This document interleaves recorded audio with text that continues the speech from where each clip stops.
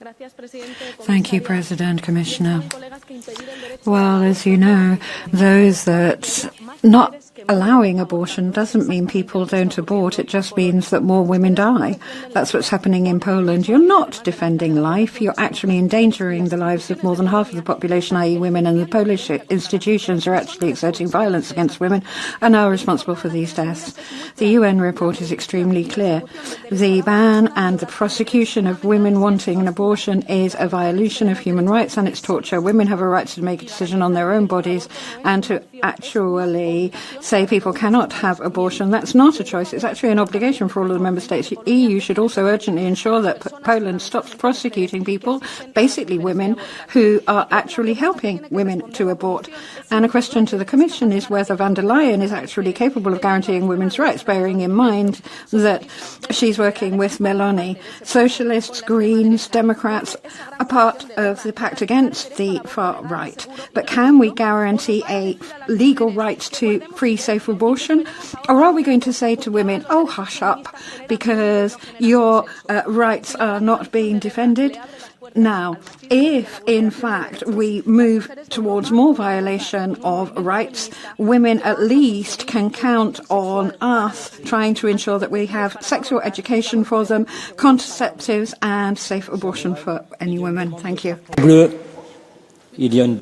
There's a blue card from Mr. Perez.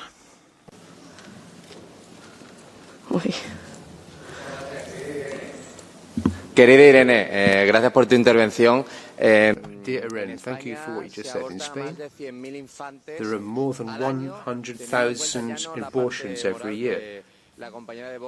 So our colleague from Vox talked about the moral impact of this. You have to remember the financial impact. This has enormous financial impact. We need to have a certain number of beds in maternities to fund this system. So how do you suggest that we can avoid the collapse of the pension system in Spain if we don't support our maternity system? So since so many abortions are happening, you seem to be saying that we can kill more and more women. People who defend life should step aside so that those who violate and who kill should prevail. No, querida. Well, first of all, I'm an MEP. I'm not dear. Thank you very much. So a bit less machismo. Secondly, if we want women in Europe to have children, male or female, we have to guarantee them housing rather than, in fact, pushing money for that to European investment funds. If we want people in Europe to have children, we have to give them dignified wages. We have to guarantee public services rather than privatizing them.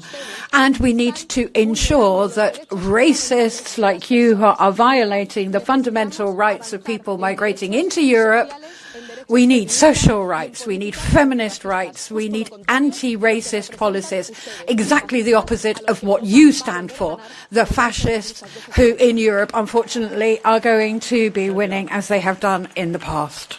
Merci. Je donne la parole. Excellent. Next speaker is Thomas Fröhlich.